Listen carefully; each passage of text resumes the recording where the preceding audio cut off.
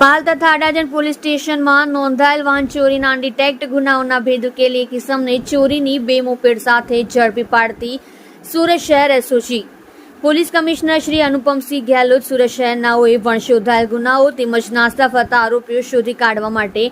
આપેલ સૂચના અનુસાર અધિક police commissioner Shri Raghavendra Vats crime, નાયબ police commissioner Shri Rajdeepsinh Nakum, SOG નાઓના માર્ગદર્શન હેઠળ એસઓજી પીઆઈ એપી ચૌધરી નાઓની સૂચના મુજબ નીચે મુજબની કામગીરી કરવામાં આવેલ છે। ઉપરોક્ત સૂચના અંતર્ગત એસઓજીના માણસો ગુનાઓ શોધી કાઢવા સંબંધે પેટ્રોલિંગમાં હતા તે દરમિયાન police constable Sikandar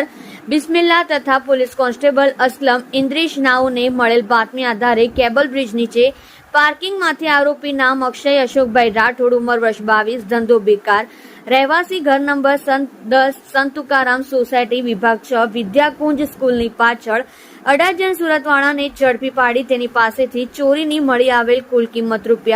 ₹35,000ની મત્તાની 2 Activa moped બાબતે મજકૂર ઇસમની પૂછપરછ કરતા તેણે જણાવેલ કે આજથી એકાદ મહિના પહેલા પાલ લેક ગાર્ડનની બાજુમાં આવેલ ગિરનાર હોટલ પાસેથી તથા આજથી 3 દિવસ પહેલા અડાજણ સ્ટાર બજાર મોલની બાજુમાં આવેલ પાર્કિંગમાંથી એક્ટિવા મોપેડ ડુપ્લિકેટ ચાવી વડે ચાલુ કરી લઈ ગયેલ હોવાની હકીકત જણાવેલ, જેથી મજકૂર ઇસમને CRPC કલમ 41D મુજબ અટક કરેલ છે અને આગળની કાર્યવાહી સારું અડાજણ પોલીસ સ્ટેશન ખાતે સોંપવામાં આવેલ છે। તમે જોઈ રહ્યા છો KP ન્યૂઝ ચેનલ રાહિલ શેખની સાથે।